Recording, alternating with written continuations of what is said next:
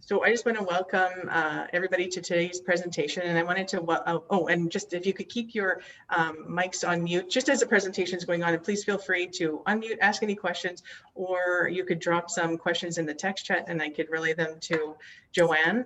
So I just wanted to welcome Joanne Savoie Malone. She's from Power Play Coaching and presenting to us on how to stay motivated during these crazy times. So I welcome you, Joanne. Thank you so much, and sorry about my tardiness. I'm able to share my screen, right? Yes, for sure. Yep. Okay, here we go. All right, everybody sees. Whoops. Let's get starting.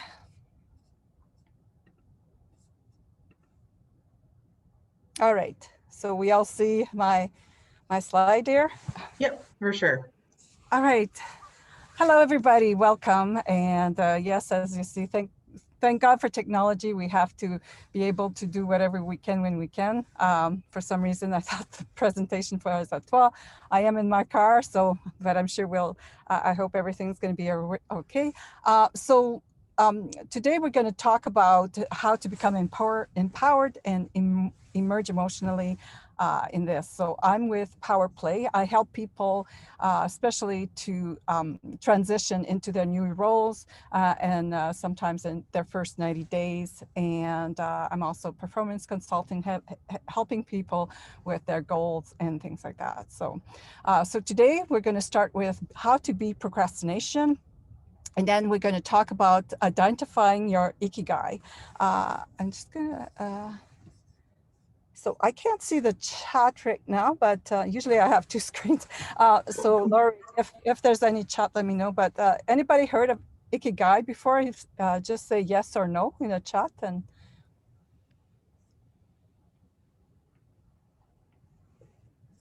Or feel free to unmute yourself if you wanted to. I've got a couple of no's in here. Okay, all right. And one yes.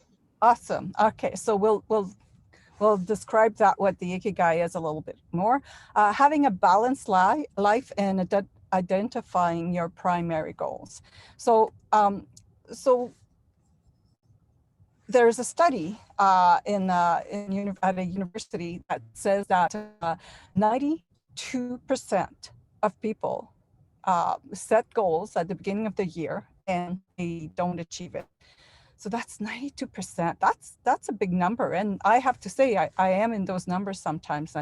We get in let's say in 2018, you say, okay, this is the year that I'm going to do this. Or then the year goes by, okay, 2019, this is the year I'm going to do this. And then again, and then every year, nothing happens and you have great intentions. But so what does the 92%, what do they do? I mean, the 8%, what do they do to achieve their goals? So first of all, it starts with what does it take to have a great year? What do you need to do to have a great year? So first of all, having a great year is setting goals, be focused, be ordered, motivated, action-oriented, be positive, confident, self-care, being healthy, and also, we all want to be in a caring relationship. We want to have a great financial plan, and the list goes on. That's, to have a great year, we need all these things together. We all know that it takes that. We all know this, everybody knows that we need to do these things to have the best year, but we don't do it. We don't do it. And why is that? Well, first of all, whenever we get to something, a new project or, new gym membership, a new relationship, new job, we get excited. We're so excited about, about everything. And we're excited about the new job, the new gym membership and things like that. And then we start avoiding the things that we need to do to get things done. We start avoiding, we start making excuses, we start blaming everything, everybody, the drama in our life. We start blaming the government. We start blaming even COVID, damn COVID. And then sometimes the cycle goes over and over again. We get excited, we avoid, make excuses, we blame. And avoiding once in a while is not so bad. We're all human, and we can avoid, and then we get back to the excitement, and that's okay. But it's when you go over this cycle over and over again that we need to really take a look at what's going on. And another word for avoidance is procrastination. So here I'd like to tell you 4 reasons we procrastinate. First of all, the first reason is we set the wrong goals. The goals are either too high or they're too low. And when they're too high, or we are too challenged, or it's like climbing a big huge mountain, so we feel defeated. And when they're too low, we're not motivated. So a second way we procrastinate is that we have an unclear focus, not knowing really what we want, or it's not clear. For example, if we want to lose 20 pounds, so in 1 year I'm going to lose 20 pounds. Well, okay, it's challenging, but it's not clear. How am I going to do that? But if you break it down a little bit more in small bites and pieces, like for the month of August, I will lose 5 pounds, and I'll do that by eating better, by eating no bread, by no junk food, and maybe I'm going to walk 20 minutes every day. So this is clear. It's achievable, and it's in your mind, and you can look at it every day. And then the third reason is having no action plan. Not having any day-to-day, week-to-week, month-to-month action plan to put together all your plan. And this needs to be done every day, because setting goals has not been taught in school, and nobody is doing it effectively, and it takes discipline. I know it's so easy to set a goal, right? To say, I used to be like that. I think I'm still am today, but setting goals, oh yeah, okay, here's my goal for today, here's my goal for next year, but then there's no action plan that goes along with it. So it's can be ineffective, and also it can also be then every day goes by and you forget to look at it, or you don't look at it, it's just in your mind, so it's not evident. So an action plan is so important. So as you see, a goal without a plan is just a wish. And so the best way to set up a goal is to have the major goal or a theme for the year. Okay, so you want to lose weight. All right, what are the 4 goals that you're going to do with it? So you underpin it with 4 goals, or 2 or 3, 4 or 5. But let's say you have, one of my clients was retiring, and she had goals, she had dreams. She wanted to travel North America in an RV. Didn't think much of it. It was just a goal. It was just a dream. Didn't think it was achievable. But then when she started putting a plan together, so one of the goal was to look at her finances. Another goal was then to do some research. Then the third goal was to reach out to people to see who would like to talk about it. And the fourth goal was her well-being, her health. She was retired, so she didn't really have any plans or any structure to a day. So she started, okay, in the morning she would get up, she would do certain things, and all of a sudden she saw her every day. She would look at her dreams, look at her goals, and then little by little she finally got this year she bought an RV. She has to refurbish it, but she's all excited about it, and she's planning on going to BC if it's allowed this summer. So it's all about writing it out and thinking about it, and it's micro steps are so powerful. There's a French saying that says petit à petit l'oiseau fait son nid. So little by little, the bird makes its nest. little twig by twig. Like it sounds like a crazy thing that just one little twig will make this beautiful nest, this beautiful home. But and then in Spanish, if any of you are Spanish, is poco a poco el pájaro hace su nido. I'm not sure if I said that right, but it's really important to incorporate those tiny steps, you know, every day in your daily tasks to work towards your goal. So this is what a dreamer does, like my client who was wishing to living the dream. So she only had a goal. She had a goal, yes, of maybe one day owning an RV and travel North America, but she didn't have any of these things. She didn't have any action plan. So she only had the goals. So this is what a dreamer does, and this is what an action-oriented person does, right? So the fourth reason, so we've just went through the three reasons. The fourth reason that we procrastinate are some of the things that I work a lot with is mental barriers. Now, mental barriers come from the past. They come from the when we grew up, and they come from our our parents, our teachers, our peers, and so we carry them with us. And in the present, we have 40 to 60,000 thoughts a day. Every day we have 40 to 60,000, and most of us, those thoughts are in the past. So 90% is focused in the past. So what are we telling ourselves today? Is it positive? Is it negative? Or is it in the past? And the good way to describe this is if you look at retirees, you have a retiree that's thriving and a retiree that is depressed. You'll notice that the depressed retiree will be thinking about the past. Oh, I used to do this, I used to do that, and he's thinking of the past. A retiree that is thriving has a reason to get up in the morning, is thinking about the future, is looking ahead.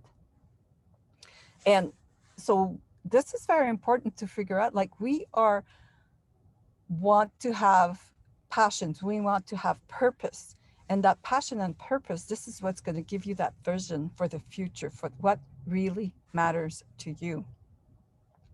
Passion is energy, and that's what's going to give energy to your goals. That's going to give energy to your daily task. And this is what we all need. You know, it might sound like it's selfish, but we all have that little bird inside of us that wants to get out, but we keep it inside. We don't want to let it go. So this is a great poem by Charles Bukowski. There's a little blue bird in my heart that wants to get out. What is yours? What is your little bird, right? What's that dream? What's that you think maybe unachievable dream that you have that could make, you know, the best year of your life this year? So this brings us to the Ikigai. So there's many tools that you can use to figure out what's your purpose and what's your purpose and what's your passion.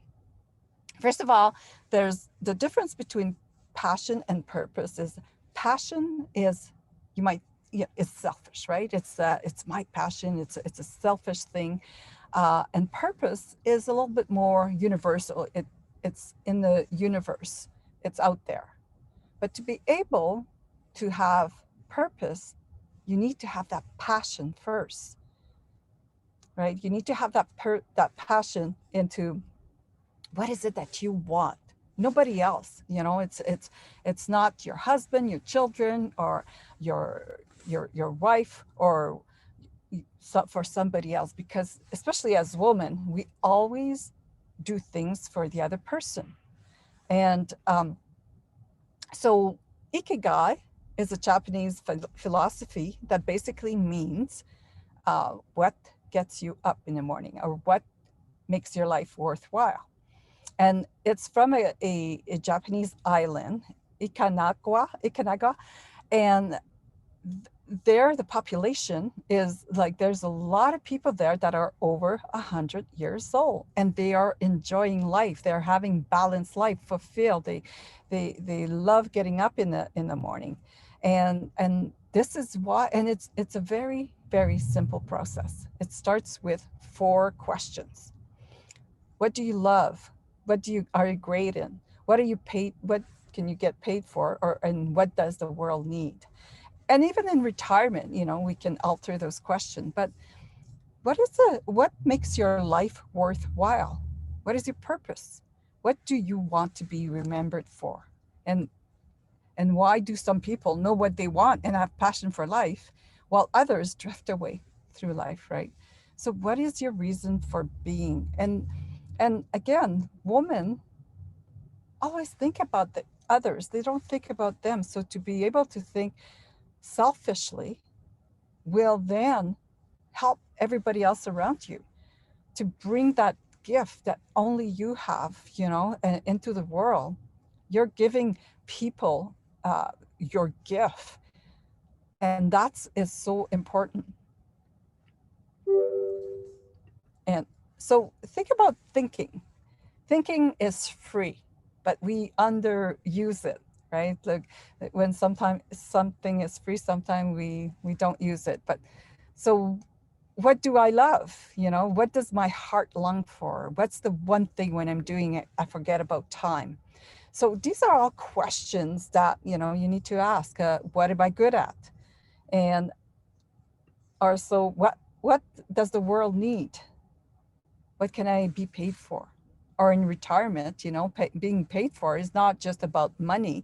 It can be paid, by a thank you, by being, by somebody, or even volunteering, by putting a smile on somebody's face. Those are all ways of getting paid. It's not just about money. It's feeling good about what you've done. I don't know if anybody of you heard about Viktor Frankl. Anybody heard Viktor Frankl? He was actually, he was a prisoner of Auschwitz, and he survived because, and he was working with people at the camp, and he survived because he was thinking about, okay, what brings you to the future? Like, what are you going to do when you're out of here? What are you getting excited about once you're out of here? And that's how he survived. That's how he was able to thrive to a certain extent in the camps, in the concentration camps. And after he was out, he created what's called logotherapy, which is not about your past. A lot of psychotherapists, and I'm not saying that that's wrong, but his method was about looking at the future. What are you getting excited about the future? What motivates you? What inspires you? And so he's a great person to, he has a book on his stay there, and I actually listened to it. I love audiobooks, and it's a great story that he has. So this is an example of one of a client that I was working with, and so we went through all the four questions. So I thought it would be beneficial for you to see an example. So what does she love? She loves nature, lakes, mountains, forests, creating design and ideas. What's her mission? What does the world need? They need happiness and financial freedom. What can she get paid for? She's actually a graphic artist, so she can be paid for brand design, illustration, creative consultation services. And what is she good at? Visual design, creativity, communication, and ideation. So she answered all these questions and then put it into a statement. Achieve the freedom needed to have a beautiful home and life surrounded by nature by providing creative services to clients in pursuit of brand recognition. So this is that was her theme for the year. The theme for the year was to achieve the freedom. And what she did is she put under it 4 goals, and then was able to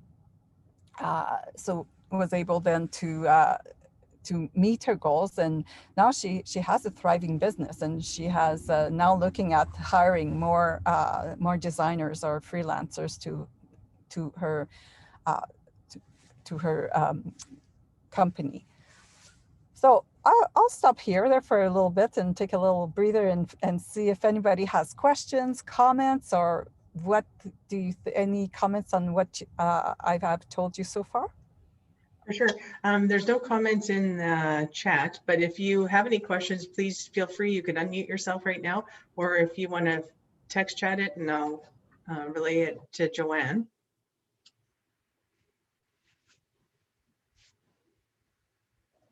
All right. Okay. So if something comes up, let me know. I'll just continue here. Sounds good. So the next thing that so once you figure all that, it's so good to look at your wheel of life and to look at where you're at right now. So where do you see yourself now? And again, all this is work that we do internally, you know, and it's to figure out, what is it that I want? How do I want to show up? And it is my life of balance. Having a balanced life is so fulfilling when you have all the, you know, all the areas of your life in alignment with what you're doing. So and career, and any of these can be replaced by any. And I like this one because it's simplified. There's some that have like more categories, but I like the 6 overall categories. And career can be changed to, you know, business or retirement or volunteering, whatever you want to put here. And when you look at it, so I would encourage you to draw 2 of those, one for your current situation, and then one for your like current reality, and one for your preferred reality. What is it that you want to achieve? So, and maybe, you know, if you look at your social, I know right now it's very hard, but what can you do to bring your social, if you look at from 0 to 10 and it's at a 1, which is the lowest, how do you bring it up? Well, during COVID, you know, it's there's a lot of people that are isolated, or, you know, so, and one of the ways to reach out, I know people are tired of Zoom sometimes and things like that. Some people are telling me that they started just doing phone calls, calling people, hey, how are you doing, and all this. And at first, and it's something that's sometimes not always scheduled, but hearing the person on the other end and saying, oh my God, it's so nice of you. And then the chat goes on, and that's actually kind of neat if you want to take a break from Zoom or just reach out to somebody just to see how they're doing, you know. And so look at it at your current reality. What is it that you can improve? And then what is your preferred reality? And this can be very powerful too, to really take time for yourself. You know, self-care is also about figuring out, okay, what is it that's going on in my life? What is it that I really want? How can I, you know, how can I serve the world, people? Because sometimes when we focus too much on ourselves, that's where we can get depressed. But you know, and looking at our situation and things like that. But once we start being what we call other people centered, magic happens. You know, it makes you feel better. You're making somebody feel better, and it's a good thing. So here's the action plan that I propose. So from your self-analysis, going through the Ikigai, what is your major goal? Or what is your theme of the year for the year? And what are the goals that the 4 goals that you will put under there?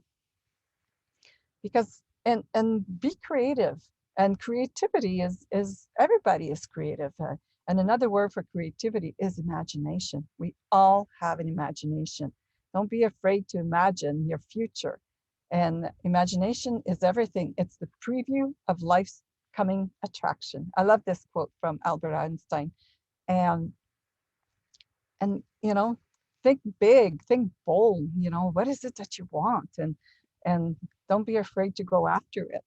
And then it's also to be able to plan your week with your goals in mind, and what are you going to do daily, you know, because little by little the birds make their nest, and little by little you will right, you will meet your goals. So, you know, what is your Ikigai statement? And then what's this week topic? Even like, you know, so you can have a topic for a weekly topic. And this is a habit, you know, like we're creature of habit, and this might be feel hard at first, but if we do this daily, it's going to be automatic, and you'll be able to reach your goal faster and get, you know, everything's under control faster and sooner. So to change one's life, start immediately, do it flagrantly, and no exceptions, no excuses. It's also a great quote from William James I love. So thank you so much, and for listening to my presentation. I hope it brought something of value to you. You can, if you go on my website, this website is you can register for my newsletter, or if you want to have a chat, we can schedule a 15-minute virtual coffee for have a quick chat, or you can also text me. I also have a 25 affirmation document that I can send you if you want it. So just let me know if you want it. So thank you so much. And so now if you have any questions, I'll be happy to answer them for you. Joanne, would you be able to send me a copy of the slides and I could send them out to everybody? Sure, absolutely. For sure, yeah. Okay, and if anybody has any questions, please feel free. You can unmute yourselves or type in the text chat and we can get those answered.